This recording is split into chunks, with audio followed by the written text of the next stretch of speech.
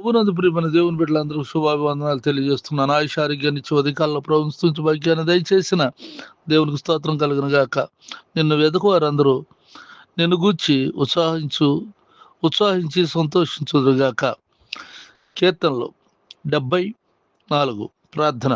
కృపగలిగిన మా తండ్రి, ఈ ప్రార్థనలు ఏకీపిస్తున్న నీ బిడ్డలందరినీ దీవించి ఆశీర్వదించండి. ఉదయకాలంలో ఏకోనే నిన్ను ఎవరైతే ఎదుగుతూ ఉన్నారో నా ప్రభ, వారు సంతోషించున్నట్లుగా ఈ దినమంతా నీ భద్రతలు నీ కాపుదలలో ఉంచండి తండ్రి. నువ్వు సహాయం చేయండి నాయన. వారి కోరికలను సిద్ధింపజేయండి, ఉన్నతమైన స్థితిలో ఉంచండి.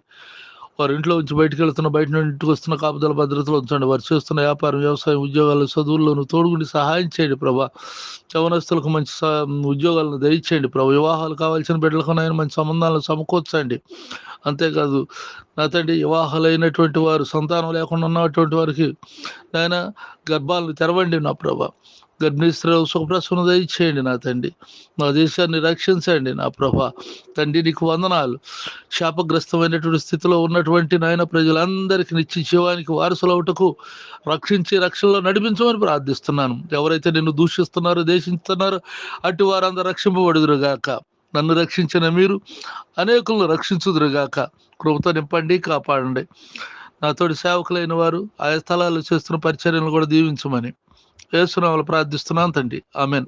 తండ్రి దేవుని దయ, ప్రభువైన యేసుక్రీస్తు వారి కృప, పరిశుద్ధాత్మకు సన్నిధి నిత్యం తోడైండుగాక. Amen, amen.